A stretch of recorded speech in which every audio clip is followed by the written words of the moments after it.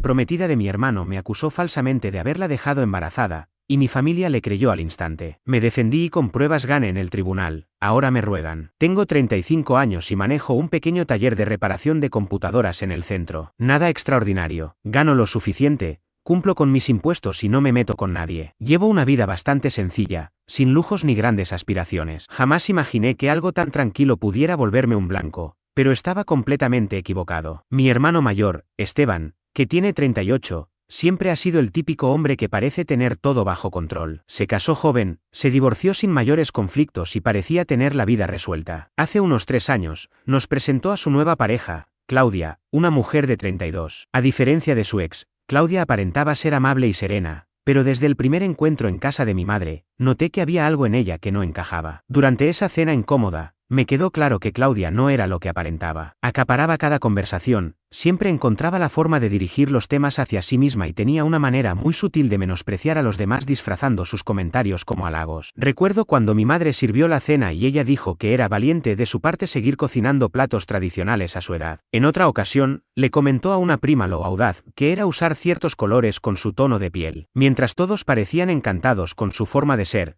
yo opté por mantenerme al margen. No fingí simpatía ni hice como si fuéramos una familia de película. Y creo que ahí fue cuando me convertí en su objetivo. Claudia siempre tenía una estrategia. Cuando alguien hablaba de sus problemas, ella terminaba contando los suyos. Incluso con desconocidos mostraba una actitud competitiva muy rara. Una vez discutió con una cajera durante 20 minutos por un cupón de $2, al punto de hacer llorar a la chica. Poco tiempo después, Esteban anunció su compromiso con ella. Mi padre, tras escuchar la noticia, me llevó a un costado y me dijo: esa mujer le va a traer problemas a tu hermano. Acuérdate de lo que te digo. Él también veía más allá de la fachada. Pero claro, no era nuestro lugar decirle a un adulto con quien debe casarse. No le di demasiada importancia hasta que Esteban me pidió que le diera trabajo a Claudia en mi local. Quería un empleo de medio tiempo mientras organizaba la boda y él pensó que yo podía echarle una mano. Dudé, pero entonces mi madre me llamó para insistirme que la familia se ayuda entre sí, que sería algo temporal. Esteban siguió presionando, incluso me dijo que yo le debía un favor por haberme recomendado con algunos clientes el año anterior. Al final, accedí. Y fue el peor error que he cometido. Desde el primer día, Claudia fue un desastre. Llegaba tarde, trataba a los clientes como si fueran ignorantes y a mis empleados como si fueran inferiores. Interrumpía constantemente a Marcos, mi técnico principal, contradiciendo lo que le explicaba con información totalmente equivocada. En una ocasión borró accidentalmente la base de datos de un cliente que habíamos prometido recuperar, y luego echó la culpa a los protocolos confusos. También empezó a modificar los turnos sin decirme nada, dándose a sí misma los horarios más cómodos y dejando las tareas más pesadas a los demás. En la primera semana,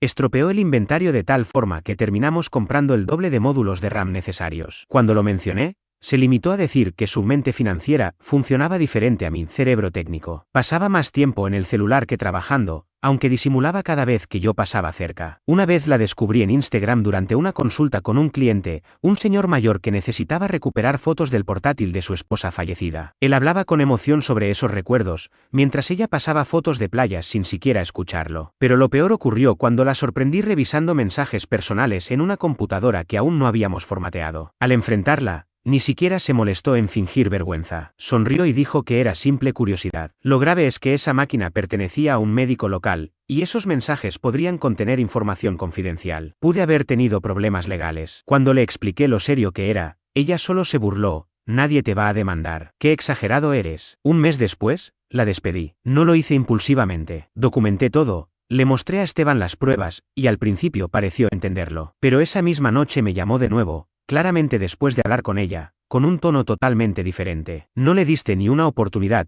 dijo con enfado. Está muy afectada por cómo la trataste. Le di muchas oportunidades, respondí. Está todo documentado. Claro, como siempre, bufó. Siempre crees que lo sabes todo. Nunca estás dispuesto a ayudar a la familia. Es la mujer que voy a casar y tú haces esto. Que te den. Ahí fue cuando todo se volvió surrealista. En las reuniones familiares, Claudia me ignoraba por completo o soltaba indirectas en voz baja que nadie más parecía notar. Luego cambió su comportamiento. Empezó a buscar excusas para quedarse a solas conmigo, se acercaba demasiado, hacía comentarios ambiguos. Siempre mantuve la distancia con respeto. Recuerdo un asado por el día del trabajo. Todos estaban afuera y yo entré a la cocina. Ella apareció detrás de mí, se acercó demasiado, me preguntó si seguía molesto y me rozó el brazo con la mano. Me alejé, Le dije que todo estaba bien y salí diciendo que iba a ayudar a papá con la parrilla. El resto del día me miró con una sonrisa inquietante.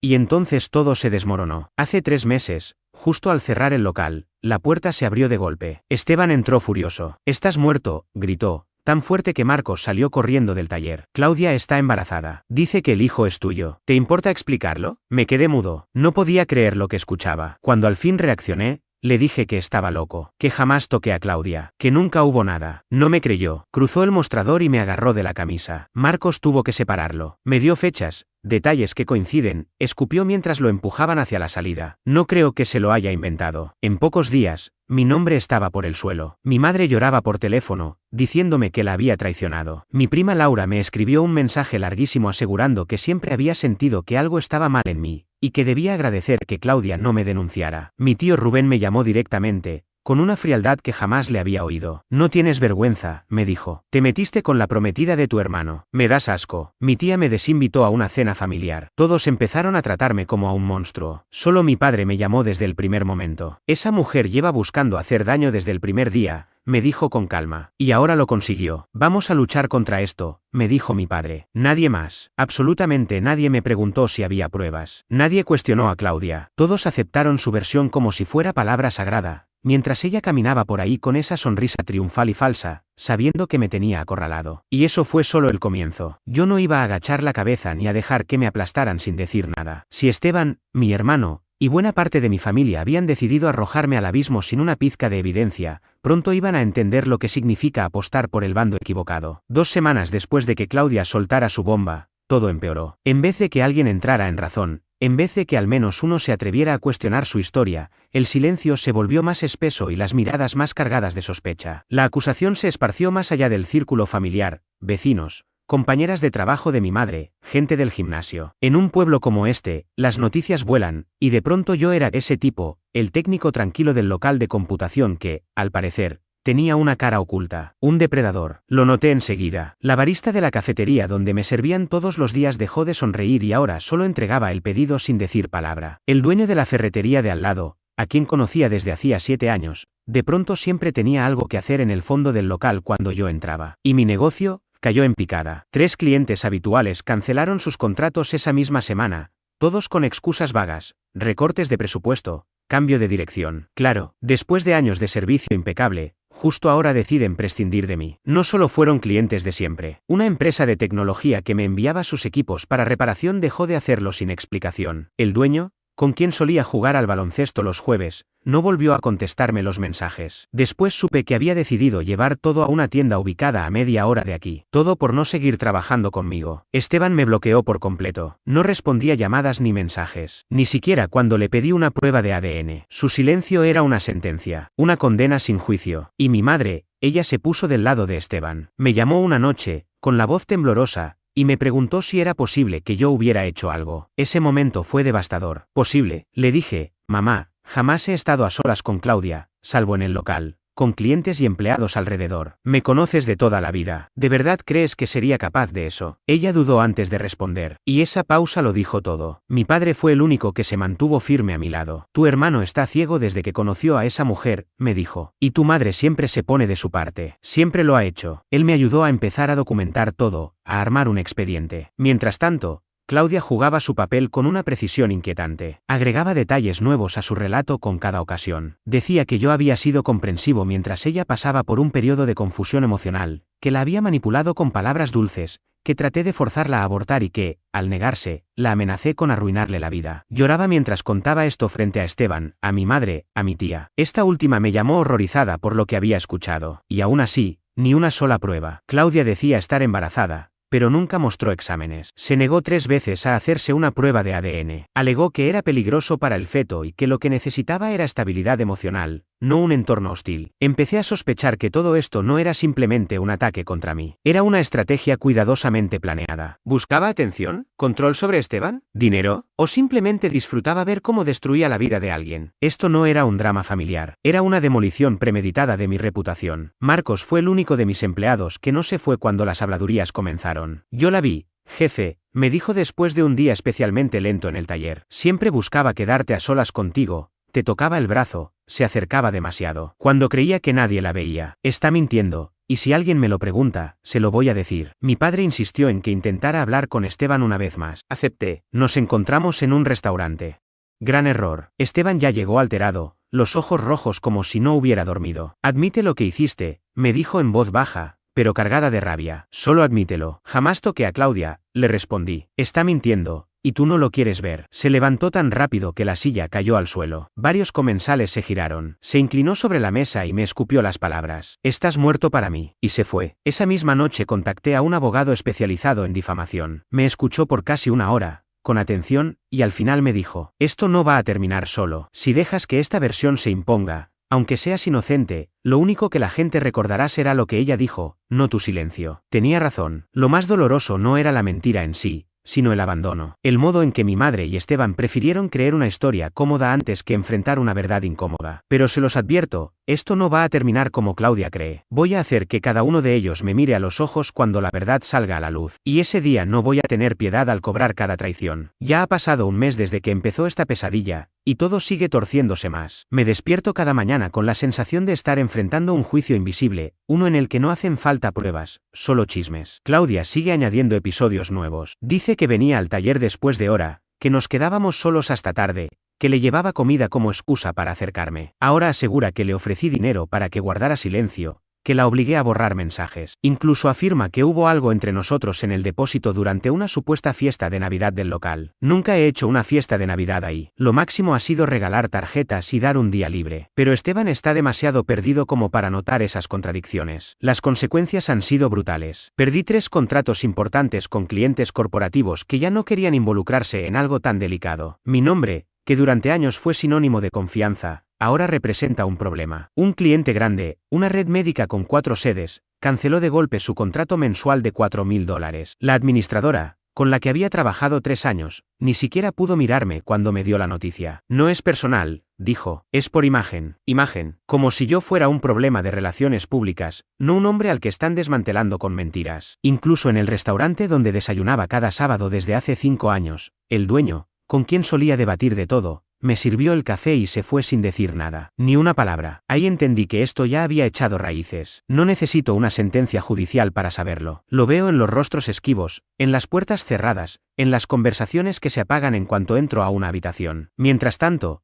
Claudia comenzó a publicar indirectas cargadas de veneno en sus redes sociales. Nunca menciona mi nombre directamente, pero lanza frases como, cuando los monstruos tienen rostro de ángel y la justicia se manifiesta a través de un niño. La gente comenta mensajes de apoyo sin tener idea de que están participando en una especie de linchamiento público. He tenido que empezar a tomar capturas de todo lo que publica. Mi abogado insiste en que debemos registrar cada publicación como parte de un patrón claro de difamación, evidenciando cómo intenta manipular la opinión pública mientras destruye mi reputación. Es una sensación surrealista ver cómo construye esta historia completamente inventada, sabiendo perfectamente lo que ocurrió en realidad, pero sin tener medios para que los demás me crean. La ironía está en que, mientras yo lucho por demostrar la verdad, ella se ha fabricado una versión donde no solo es víctima, sino una mártir. Y lo más frustrante es que nadie, excepto mi padre y Marcos, ha exigido pruebas. Parece que, para algunos, la presunción de inocencia no aplica en mi caso. Por suerte, mi mejor amigo, Rubén, ha estado firme desde el primer momento. Nos conocemos desde la secundaria y jamás se tragó el relato de Claudia. Una noche, mientras comíamos hamburguesas en su casa, uno de los pocos lugares donde todavía me siento a salvo, me recordó a Jen Miller.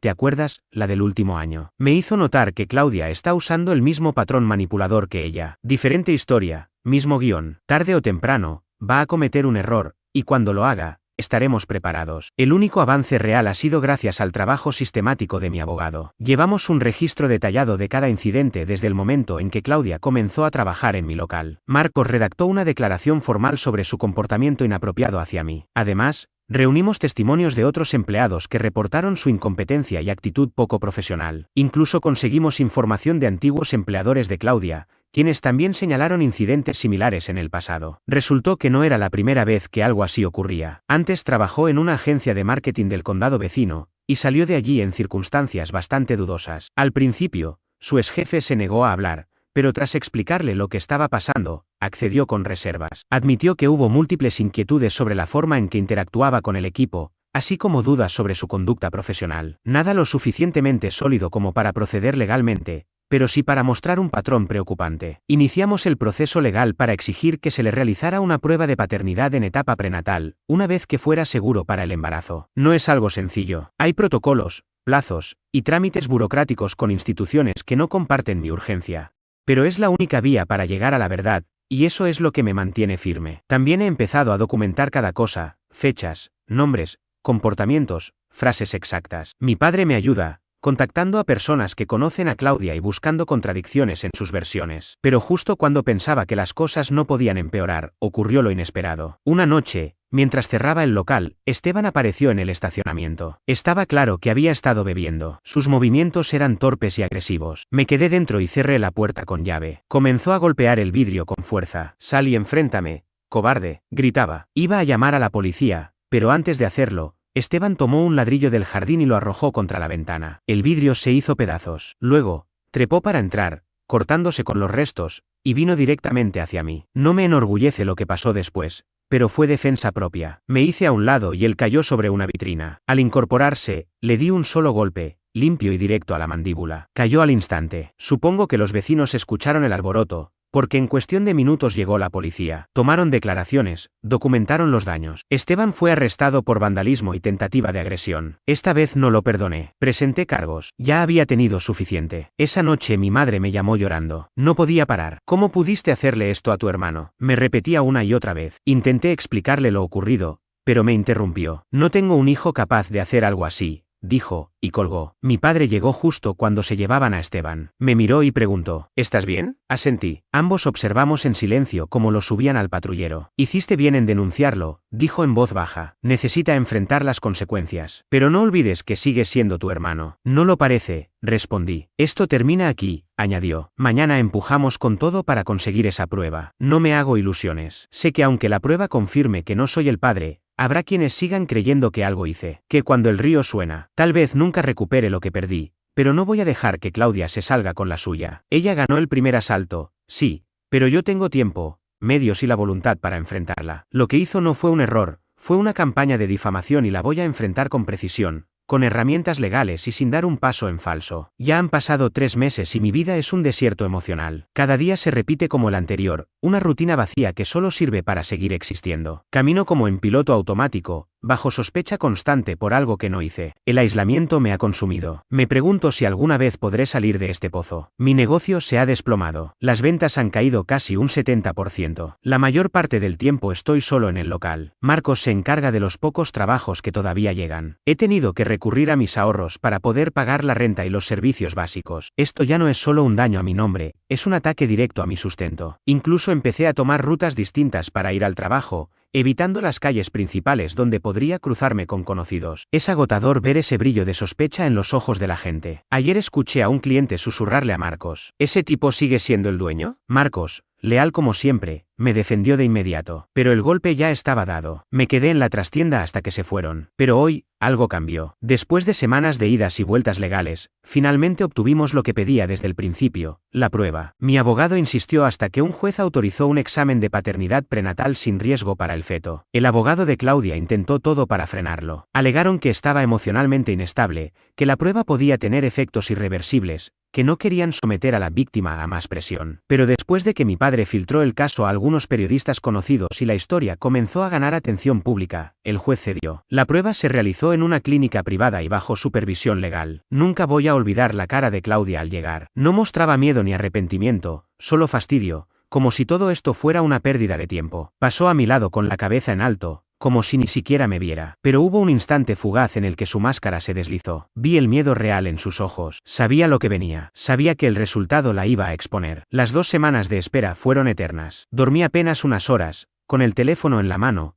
esperando ese llamado que confirmara lo que en el fondo ya sabía. Cuando por fin llegaron los resultados, no reaccioné. Me quedé sentado frente al escritorio, mirando fijamente el informe. Probabilidad de paternidad, 0%. Ese 0 era mi redención. Una cifra sencilla que representaba la prueba de que todo lo que había soportado era consecuencia de una mentira deliberada, elaborada por alguien que nunca imaginó hasta dónde estaba dispuesto a llegar para defenderme. Mi abogado envió los resultados a Esteban ese mismo día. Pasaron 3 días en completo silencio. Nadie decía nada. Aquellos que tan rápido se apresuraron a condenarme ahora parecían esconderse de su error. Y finalmente, el 4.º día, recibí un mensaje de texto de él: necesito tiempo. Ya hablaremos contigo. Eso fue todo. Ni una disculpa, ni una palabra reconociendo su error, ni una señal de vergüenza. Solo un mensaje frío, vago y cobarde, que en lugar de debilitarme, reforzó mi determinación.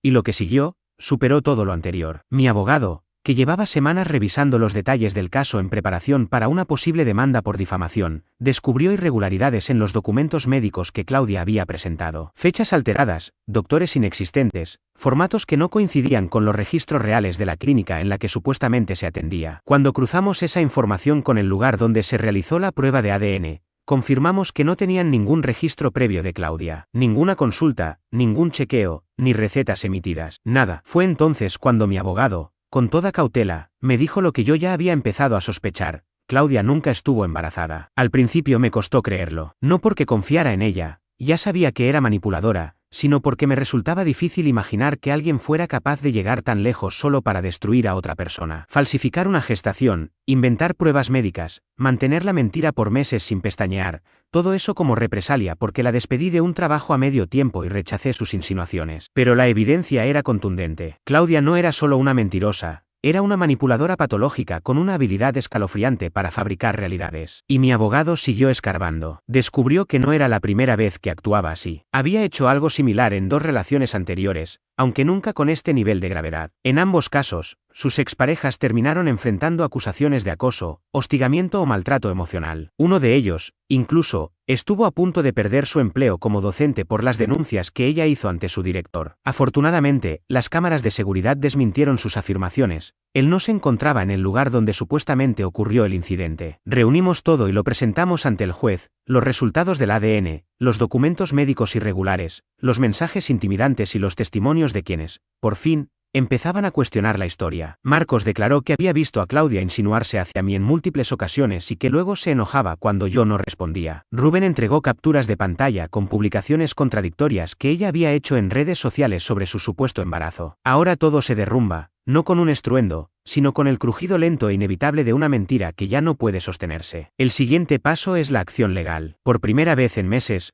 puedo dormir tranquilo. La verdad me devolvió la voz, el nombre, la dignidad. Y con eso en mi poder, voy por lo que realmente espero: hacer que ella pague. Porque si Claudia creyó que todo acabaría con un simple resultado negativo, se equivocó. Esto apenas comienza. Han pasado 4 meses desde que surgió la primera mentira y el ambiente ha cambiado. No se ha calmado, se ha transformado. Ya no hay miradas acusadoras ni amenazas veladas, ahora todos se esconden. No para reparar el daño, sino para cubrirse del bochorno de haber participado en semejante farsa. La verdad no trajo consuelo, solo expuso las costuras podridas de la estructura familiar. Reveló lealtades frágiles y traiciones disfrazadas de neutralidad. Con el resultado del ADN confirmado y la farsa médica de Claudia expuesta, comenzaron a circular nuevos rumores. Algunos dicen que tal vez ella estaba confundida, otros insinúan que todo fue producto de una crisis emocional o problemas mentales. Pero ninguno, ni uno solo, salvo mi padre, Marcos y Rubén, me ha pedido disculpas. El resto dejó que la vergüenza los convirtiera en cobardes. Les resulta más fácil inventar excusas que admitir que condenaron a un inocente al que conocen de toda la vida. Mi tía, la misma que me desinvitó a una cena familiar,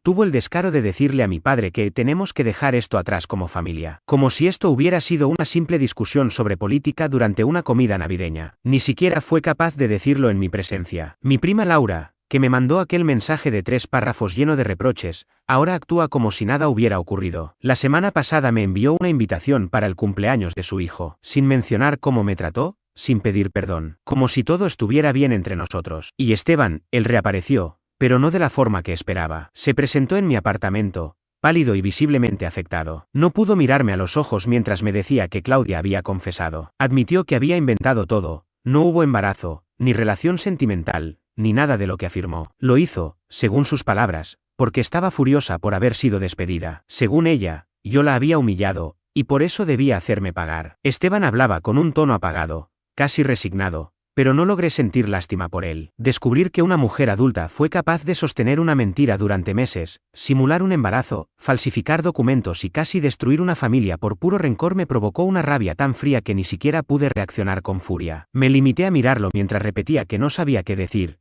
que entendía si nunca más quería verlo. Por dentro, todo en mí quería recordarle que había intentado golpearme, que eligió confiar en una mujer que conocía desde hacía 3 años en lugar de a su propio hermano, con quien había compartido 35. Pero no dije nada de eso. Solo le solté un lárgate. Intentó añadir algo, pero levanté la mano para detenerlo. Fuera de aquí. Se fue sin decir una palabra más. Al día siguiente, recibí el primer mensaje directo de Claudia desde que todo comenzó. No contenía disculpas ni reconocimientos de culpa. Solo escribió: sé que todo se salió de control. Estoy pasando por un momento emocional muy difícil y no dimensioné las consecuencias de lo que hice. Por favor, retira la demanda. Hazlo por Esteban, si no por mí. Tuve que leerlo varias veces para asegurarme de haber comprendido bien el nivel de descaro. Esa misma mujer que durante meses me difamó, que alimentó la mentira y la propagó por redes sociales, ahora me pedía compasión. Me pedía que no destruyera lo que ella misma había arrasado sin piedad. No respondí. En su lugar, fui directamente con mi abogado y le pedí que continuara con la demanda por difamación, falsificación documental y daños morales. Calculamos también los perjuicios económicos, contratos perdidos, equipos que tuve que vender para mantener a flote el negocio, la reputación que tardaré años en reconstruir. El monto superaba los $200.000 en pérdidas directas, sin contar las consecuencias futuras o el daño emocional. Esto ya no se trata de limpiar mi nombre. Eso ya está en marcha. Lo que busco ahora es sentar un precedente. Quiero que Claudia y todos los que participaron en esta farsa comprendan que las palabras tienen consecuencias,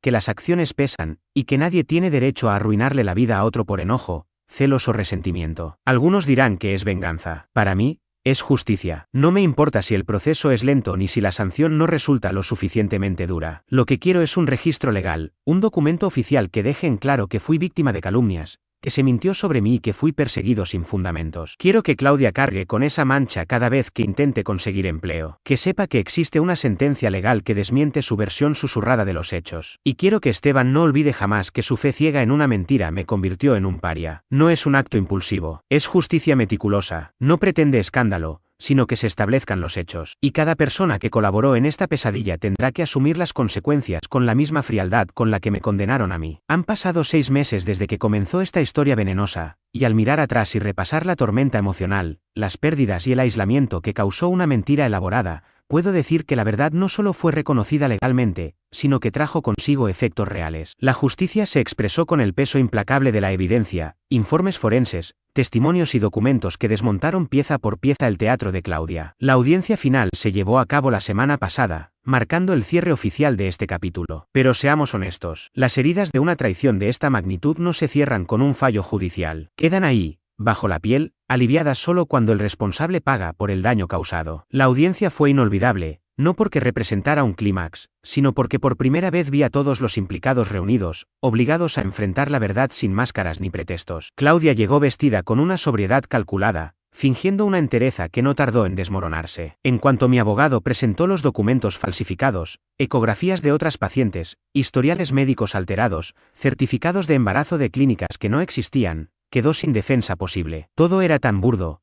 tan evidentemente fraudulento, que incluso su abogado se limitó a sentir y pedir clemencia, alegando un cuadro emocional inestable y una crisis mental pasajera. Pero el punto de quiebre llegó después. La fiscalía presentó el cruce final de evidencias, registros reales de clínicas, diferencias horarias en los archivos, metadatos extraídos del PDF que ella misma había enviado. El abogado de Claudia se inclinó hacia ella y guardó silencio. No hubo confesión ni lágrimas. Solo se quedó allí, parpadeando, mientras la realidad se asentaba como un muro. Pidieron un receso. Luego volvieron con una declaración en la que admitían que los documentos eran falsos y que nunca hubo embarazo alguno. No fue un colapso, fue una rendición sin resistencia. Esteban estuvo presente durante toda la confesión. Su rostro se fue tornando más pálido con cada revelación. Y no me miró ni una sola vez. Mi madre no asistió al juicio. Alegó estar enferma, aunque mi padre, más tarde, me confesó que en realidad fue incapaz de enfrentar la vergüenza. En cambio, él estuvo allí todo el tiempo, sentado justo detrás de mí, como una presencia firme que no necesitaba palabras. A mis costados estaban Marcos y Roberto, los únicos, además de mi padre, que nunca dudaron de mi palabra. Cuando el juez leyó el veredicto, sentí la mano de mi padre apoyarse en mi hombro. Ese gesto sencillo significó más para mí que cualquier discurso. El fallo fue contundente. Claudia fue hallada culpable de difamación agravada, falsificación de documentos y daños morales. Le impusieron una fuerte multa que deberá abonar en cuotas durante varios años, además de una orden de restricción que le prohíbe acercarse o contactarme por al menos 3 años. No buscaba verla tras las rejas. Lo que realmente necesitaba era un precedente legal. Una resolución que dejara constancia de lo que siempre supe,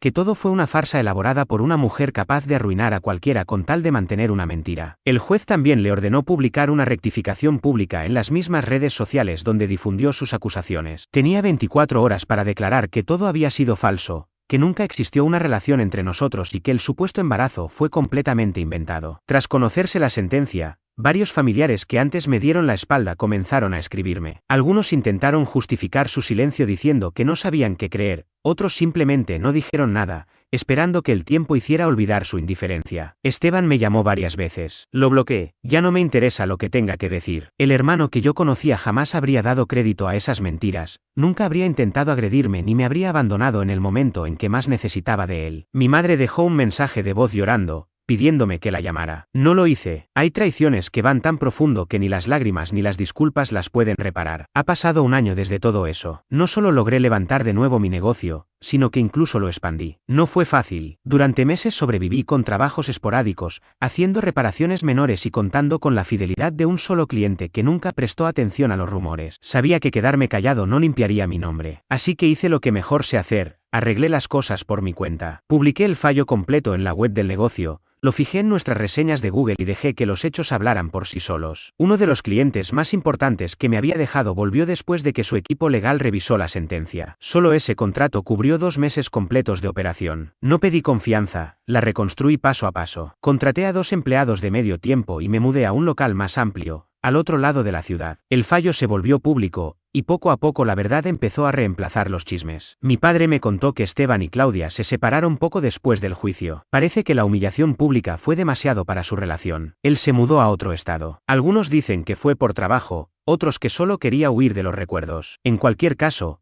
es lo mejor para los dos. Hace un mes volvió a contactarme, esta vez con una carta escrita a mano. Decía que quería enmendar su error, que se dejó engañar por una manipuladora profesional, que extrañaba a su hermano y quería reconstruir nuestro vínculo. Quemé la carta sin terminar de leerla. Hay puentes que, una vez consumidos por el fuego, deben quedarse en ruinas. Con mi madre la relación es fría. Nos vemos en fechas importantes, hablamos lo justo y necesario, pero ya no hay afecto verdadero. Ella tomó una decisión cuando más importaba. Y aunque diga que la he perdonado, la verdad es que no lo he olvidado. En cambio, mi padre y yo estamos más unidos que nunca. Nunca dudó de mí, ni siquiera por un segundo. Ahora tenemos la costumbre de cenar juntos cada domingo. Una tradición nueva, nacida del colapso de las viejas dinámicas familiares. Marcos fue ascendido a encargado del taller. Se lo ganó con creces por mantenerse leal cuando muchos preferían tomar distancia. A Roberto lo veo cada semana para tomar algo. Nuestra amistad es más fuerte después de haber atravesado esa tormenta. En cuanto a Claudia, se mudó al otro extremo del país tras incumplir los primeros pagos de su multa. Mi abogado dice que no es raro. Muchos creen que pueden eludir las consecuencias legales cambiando de estado. Pero ella no contaba con que estaríamos preparados. Iniciamos el trámite para hacer valer la sentencia en su nuevo lugar de residencia. Poco después de su mudanza, comenzaron a aparecer reseñas negativas anónimas en el perfil de mi negocio. El mismo estilo de escritura, la misma puntuación extraña. Las denunciamos todas. Creamos un registro digital detallado. Si sigue insistiendo en este juego, la denuncia será por acoso. La verdad me devolvió la libertad, pero no me devolvió todo lo que perdí. Algunos amigos jamás volvieron. Algunos lazos familiares siguen rotos. Y hay clientes potenciales que aún escuchan murmullos y deciden llevar su dinero a otro sitio. Pero con lo que quedó, construí algo más sólido. Un negocio que no depende de favores familiares. Amistades fundadas en la lealtad probada. Dicen que la venganza se sirve fría. No lo creo. La justicia real no es venganza, es reparación. Y eso fue lo que obtuve. No perfecta, no absoluta, pero suficiente para mirarme cada mañana al espejo con la certeza de que, cuando intentaron enterrarme, no me convertí en tumba. Me transformé en lo que más temían, alguien que no se calla.